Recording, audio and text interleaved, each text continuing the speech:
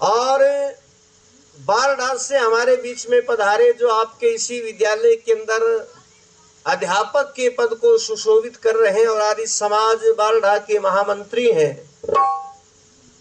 आदरणीय श्री कुलदीप शास्त्री जी।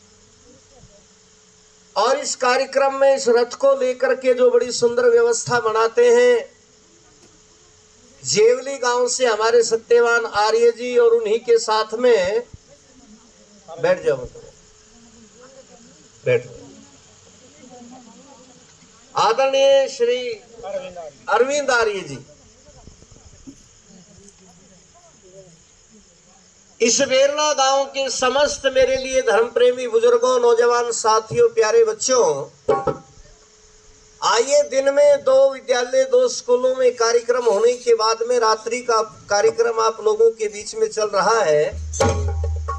अभी एक छोटा सा भजन मैंने ईश्वर की महिमा का आप लोगों के बीच में रखा है।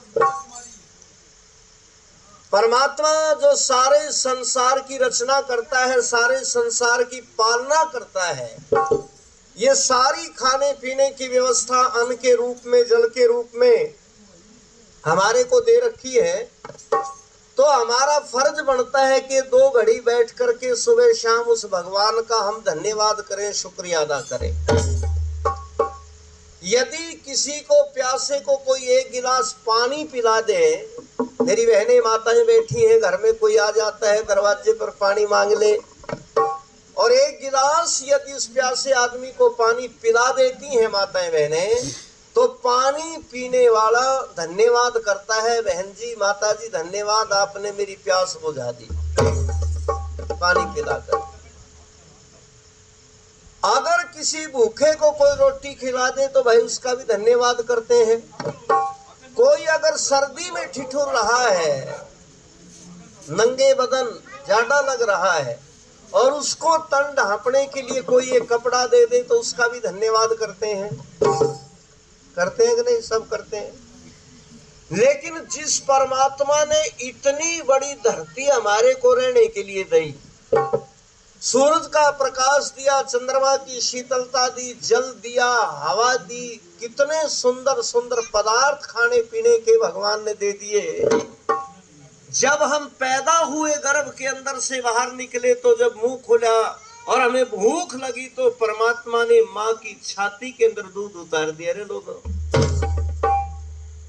इतना सब कुछ देने वाले अगर भगवान का धन्यवाद ना करें तो हमारे से बड़ा पापी, हमारे से बड़ा कृतघ्न धरती के ऊपर फिर कोई नहीं है। इसलिए उस ईश्वर को बैठ करके 2 घड़ी धन्यवाद दिया करो, उसका नाम लिया करो, जाप किया करो, धन्यवाद के साथ साथ में उसके गुणों का वर्णन भी किया करो। बहुत सारे लोग हैं दुनिया के अंदर परमात्मा को, इस धरती पर 98% लोग हैं जो मानते हैं, जो भगवान को मानते हैं। उनकी संख्या कितनी है? 98%। यानी सारे हिंदू परमात्मा को मानते हैं, मुसलमान भी मानते हैं, सिख भी मानते हैं, यहूदी भी मानते हैं, फारसी भी मानते हैं। कम्युनिस्टों को छोड़ करके धरती पे सब कोई परमात्मा को मानता है। लेकिन एक बात मैं आपको इसके दूसरी तरफ कह दूं कि 98% लोग परमात्मा को मानने वाले हैं, पर बड़ी मुश्किल से भाई लोगों भगवान को जानने वाले बड़ी मुश्किल से 2% है। बैठ जा बेटा, इसने खेल दे, खुला छोड़ दे, खेल लो बेटा, शोर ना करो। 2% मनुष्य आदमी इस धरती के ऊपर बड़ी मुश्किल से मिलेंगे जो भगवान को जानने वाले हैं। आप कहोगे ये 98% बगैर मानने जान रहे हैं, बगैर जाने मान रहे हैं। बिल्कुल आपको समझ में आ जाएगी बात। जो यूं कहते हैं कि हमारा परमात्मा खुदा 7वें आसमान पर रहता है, वो मानते हैं, जानते नहीं है। और जो यूं कहते हैं वह चौथे आसमान पर रहता है, वो भी जानते नहीं है, मानते हैं। और जो न्यू कहे भगवान ने कैलाश पर्वत पे, क्षीर सागर में, हरिद्वार में, काशी में, मथुरा में, कुरुक्षेत्र में वहां परमात्मा रहता है, वो भी केवल मानते हैं भगवान को। कह दो एक बार, जानते नहीं। और जानते कौन है लाला जी? जानते वो है जो भगवान को ये कहते हैं कि भाई सब जगह है वो, कोई भी स्थान उससे खाली नहीं है। जैसे वेद का मंत्र कहता है ईशा वाशम इदम सर्वम यत किंचित जगत्याम जगत तेन त्यक्तेन भुंजिथाम आकृधे कस्य स्वेदनम, वह परमात्मा संसार के कण कण में रमा हुआ है। कोई भी जगह दुनिया में उससे खाली नहीं है।